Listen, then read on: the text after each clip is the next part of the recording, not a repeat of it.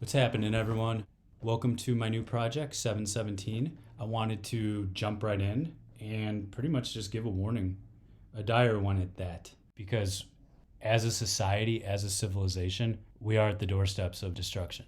We are at the doorsteps of imploding and the whole system coming tumbling down. And while I think most people can look around and agree with that, what I think most people don't realize is their own individual contribution to that collective energy.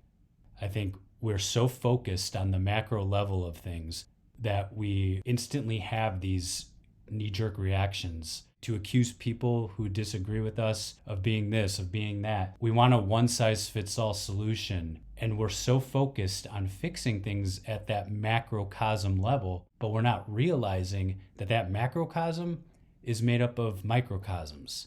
Those microcosms are us as individuals. Every bit of negative vibration that you resonate at is contributing to that overall negative level at the macro level. But even if you come from a good place, if you're living with anxiety, if you're living in fear, frustration, anger, if you're jealous, go through the whole gamut of what we would call negative characteristics. If you're doing that, you're contributing to the overall negative vibrations. You know, we've really fallen on hard times. Easy to see that, especially these last few years. And there are many, many of us who have fallen into deep and dark recesses that as the days go by, it gets harder and harder to climb out of. This reality, unfortunately, came crashing down into my own personal orbits this past few months and is one of the reasons why I've decided to do what I'm doing with this project. At the end of September, a friend of mine who I've known for a few decades and spoke to regularly shot himself. And while we all thought it was suicide at first, after the investigation, they've concluded that it was an accident. Well, he was fresh off of another fight with his girlfriend, drunk and in a very dark spot, playing with his gun, and it went off. While suicide isn't the official cause of death, I've known for years that he's been in pain. He has said such things as, "This world sucks," or "I can't stand this place anymore." But he also had goals. He wanted to move to Florida. He wanted to help his girlfriend, who he called broken. Unfortunately for him, he didn't realize that he was broken too. For years, I had seen this downward spiral happening, and I'd say to myself, when the timing's right, I'm going to help him. I can spit some game to him. I've had to heal trauma and pain in my own life that I'll be getting into over the course of these videos. And so I knew I could help him see things differently. But I was just like, when the timing's right, let him get to Florida or whatever, let him fix some things. And unfortunately, I never had that chance. If you're in pain, if you're in distress, and you're vibrating at these negative frequencies, you got to change something. That's only if you want to. You know, I've tried for years to help various individuals, but if they're not wanting the help, then I've realized don't do it. Don't force anything. So while I'm dealing with the loss of one of my friends, and I miss him, he had a heart of gold, as I'm going through the healing process and coming to terms that a friend of mine is gone, about 6 weeks later, my sister takes her own life. In 2019, she had a miscarriage. In 2020, she had a very complicated birth that postpartum could have been a factor in.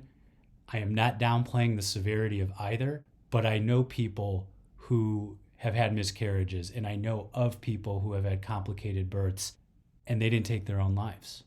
So I have to then put these pieces together and be like, well, back in 2006, she did try something similar. So for 15 years, what was in her in 2006 resurfaced again in 2021. In 2006, when I found out about that, I was shocked, but I wasn't surprised because I knew that she still hadn't healed from her childhood. When she was 7, she was sexually molested by her own dad. The same guy who's supposed to protect the family and be a source of strength violated one of the most sacred oaths we have as human beings. And she never recovered from that. She went to counseling, but it's more complicated than just overcoming a trauma like that. You then don't have a dad. You have to live with yourself. Trust me, I had to overcome a lot myself. And even with my sister, I've been saying it for years. She hasn't healed, but let her be a mom. Let her, whatever she has together to keep being a mom, let her do it. And then at the right time, I will help her heal. Again, another person gone. But when is the right time, right? So I've been urged by quite a few people to not just talk about the traumas that just happened, but also my own story, my own healing, the processes that I had to go through to overcome a lot of negative stuff that started in my younger years. And if all of us actually looked at our own lives, we'd realize we all have trauma and negative occurrences and programming and just bad habits that we all have to fix. But that's only if you want to.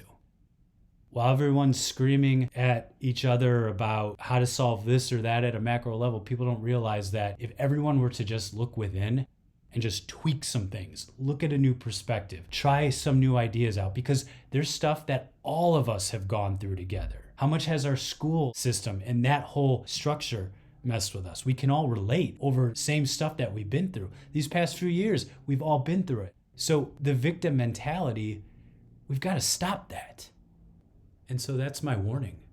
We have got to get past this victim mentality. We have got to solve the dad issues, the mom issues, the sibling issues. We have got to solve and heal any bullying that we went through. We've got to fix and heal being told we weren't good, or being labeled a bad kid, or not smart, or that you didn't fit into a one-size-fits-all school system. We've got to get past the deaths we've incurred, even to our own pets, any suicides in our life, and even things like rape or sexual assault.